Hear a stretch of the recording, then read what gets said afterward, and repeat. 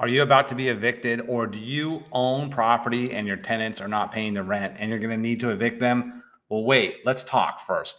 My name is Troy Funk. I'm a licensed real estate broker in the state of Florida. Now, I've probably handled about 100 evictions in that time. No, I am not an attorney. I don't represent people in an eviction, but I do help people in the process with their eviction. So let me explain. In my career, I have worked with a lot of different banks. I've sold up to 100 properties a year. And in representing banks, when banks foreclose on properties and there's a tenant in place, they need possession of their property in order to sell it. Well, in order to do so, the banks want possession. So what is the first thing a bank does when they take possession of a property and there's a tenant in place? Well, they offer the tenant cash for keys. And cash for keys is a nice way of saying, look, we want possession of the home. We want to just do this civilly. We don't need to go to an attorney. We want to work out an agreement that's good for you and that's also better for us. And instead of paying the attorney, we're going to pay you to move out of the property. And we want the property left in broom swept condition. That means that you don't leave any trash behind, that we're able to go in and take possession and make the process smoother. Well, it's interesting because cash for keys is successful. I would say about 30%. No, it's successful about 70% of the time. 30% of the time, it's not successful. So the success is that it's an easier way to transition business instead of going to the attorney and going through the eviction process. Now, it's actually a lot better for a tenant too. Why? Because the eviction's not on public record. If you move out and you work out an agreement with your tenant, with your landlord, he's not going to file an eviction. She will not file an eviction. That's good for you because unfortunately, we are in a very transparent world that when an eviction is filed, it becomes public record. That becomes something that any future landlord can see, any creditor can see in public record. You want to avoid that. If you are in possession of a property and you are going to need to move out, it's wise to move out because it's a recovery process. You want to look ahead of, look, we're going to need to find another place to rent, and years down the road, we don't want this frustrating situation to haunt us. So ideally, moving out of a property before eviction and before you're even filed with eviction is a good strategy play for the long term, as opposed to waiting to be evicted. So I've done that too. Now, in representing the banks, it's been very interesting because, as I said, about 70% of the time, I meet with the former occupant of the home or the person in possession. And on behalf of the bank, I let them know that I will be the contact person, that the bank is going to offer them a certain amount of money. And if the tenant agrees, we sign a cash for keys agreement that states the date that they will move out of the property, that they will leave the property in broom swept condition. And on that day, they will receive this amount of money. And in every case, the bank has honored that agreement. And in some cases, if the tenant doesn't trust the bank, it can be handled through an attorney. But in that situation, that's normally not the case. Okay, so let's just say that you're the landlord and you want possession of your property so you can turn around and sell it and need the property empty in order to do so, especially if there's a tenant in place that doesn't represent the property well.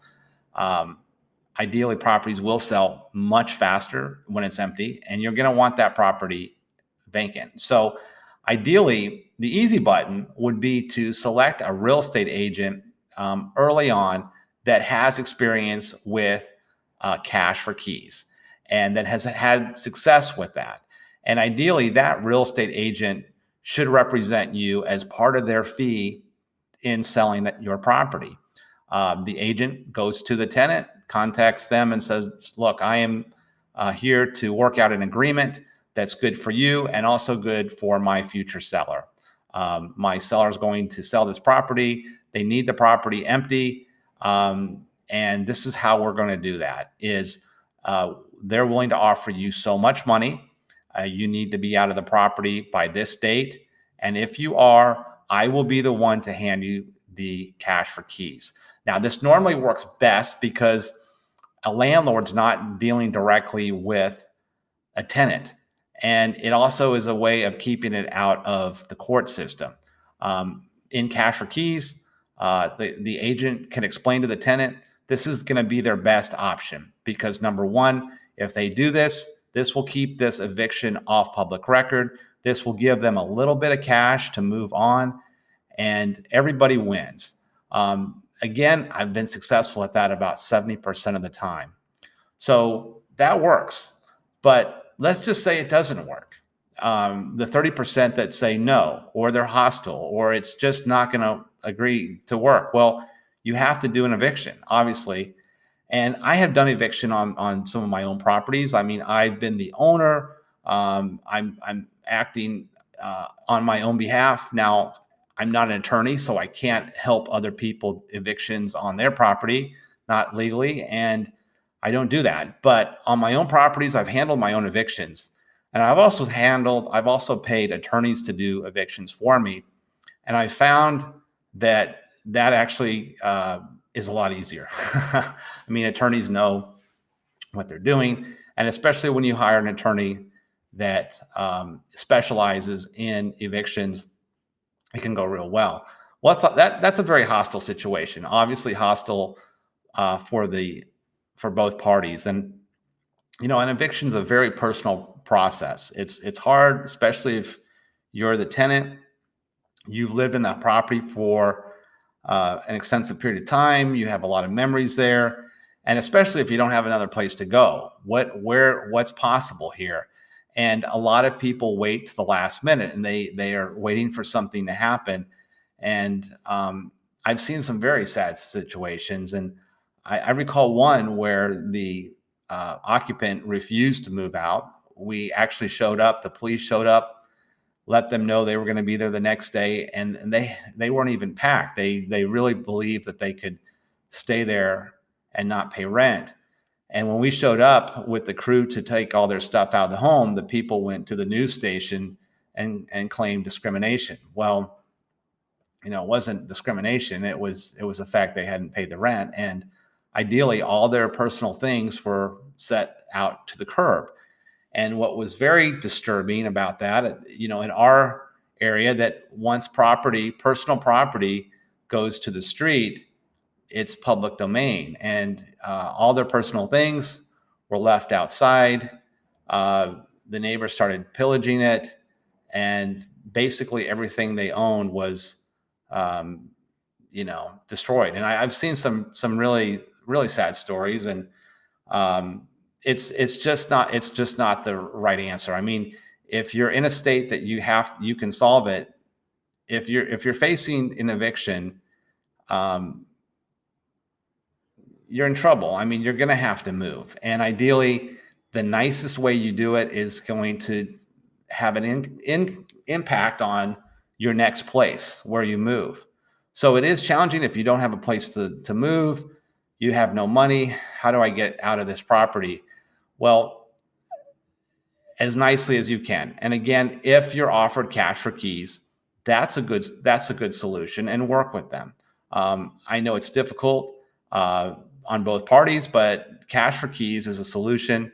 An eviction is a hard thing because, again, once the property is evicted, it becomes noticed in public record that tenant was evicted.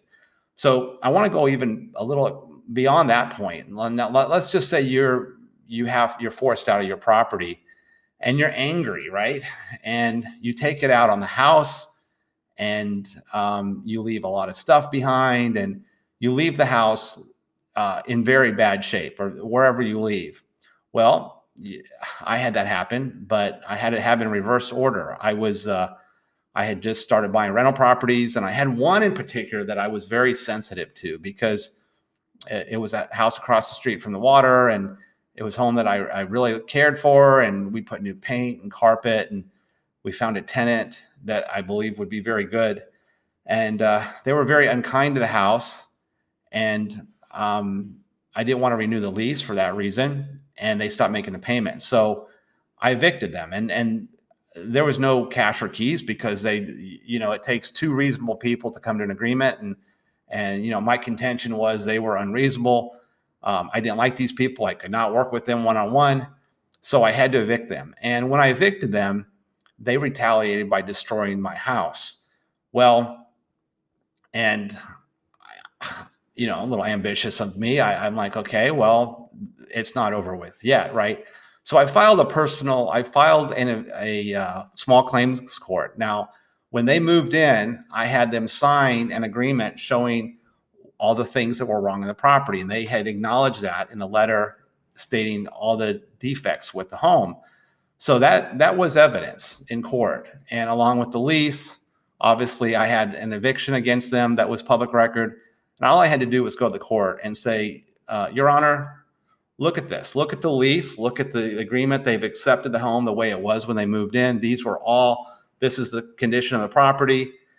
And also, this is the state that they left it. Now, these people, because it was a court trial, the first thing we tried to do was mediate. Well, I was mad, right? I'm an angry landlord. I'm like, I'm not going to mediate. I want you to be in front of the judge. I want to show you I want to show the judge what you did to my house. Well, now I had control, right? I'm the landlord. I have the evidence. My day in court's coming. And of course, I did win that lawsuit, and I got a judgment against those people. Well, what happened next was even more disturbing. So the people, of course, I think they regretted ever destroying my house. But with that judgment, I was able to file a deficiency against them and start garnishing their wages. Now, that became very personal. And it was funny how I could see the tenant go from, we don't care anymore, it's all about us, to we'll destroy your home, to at the end of the day, they ended up paying for it. They ended up paying for destroying my property. And it was a lot of process. And I kind of did that to show that to other future tenants that, don't funk with me, right? I mean, that's my last name, Funk, because I have a family to support myself. I mean, we could be civil in this situation, and there's no need to cause havoc. So I had some tenants refuse to rent from me when they saw that, yes, I'm a landlord, that if you destroy my property, I will come back and I will file a small claims court against you, and I will garnish your wages. So I say that maybe to a tenant out there to say, look, you don't know who you're renting from. You may be renting from some jerk like me, right? And who is going to come after you if you destroy the property. So what's the solution? Don't destroy the property. Leave it as nice as you came into the property, because I'm not trying to get religious here, but you want to be a good witness, or you want to show the world what you are, because when you leave a house in bad shape, you're showing your kids. That's how you're showing your kids and the people that you used to live around that's who you are. And I guess me personally, I just would never. I just don't feel comfortable with that. So my advice is if you are a tenant and you have to leave, try to leave kindly. Be open to a cash or keys. And if you are evicted, leave the house as nice as you can, because you may end up with a jerk like me that will come after you after the eviction's over with, file that small claims court, win, and then come after your wages. Not a good solution. So that's one thing. If you are a landlord and you're looking to sell your property after eviction, contact a real estate broker or agent that specializes in cash or keys and have them go to work for you as part of their fee to help sell the property. Give them a little incentive to work out an agreement, because the cash or keys is such a better answer for everybody as a point to going to court. And it's a nice way to get a tenant out. And it's just an easier process to then remarket the property and put it for sale if you want to sell it.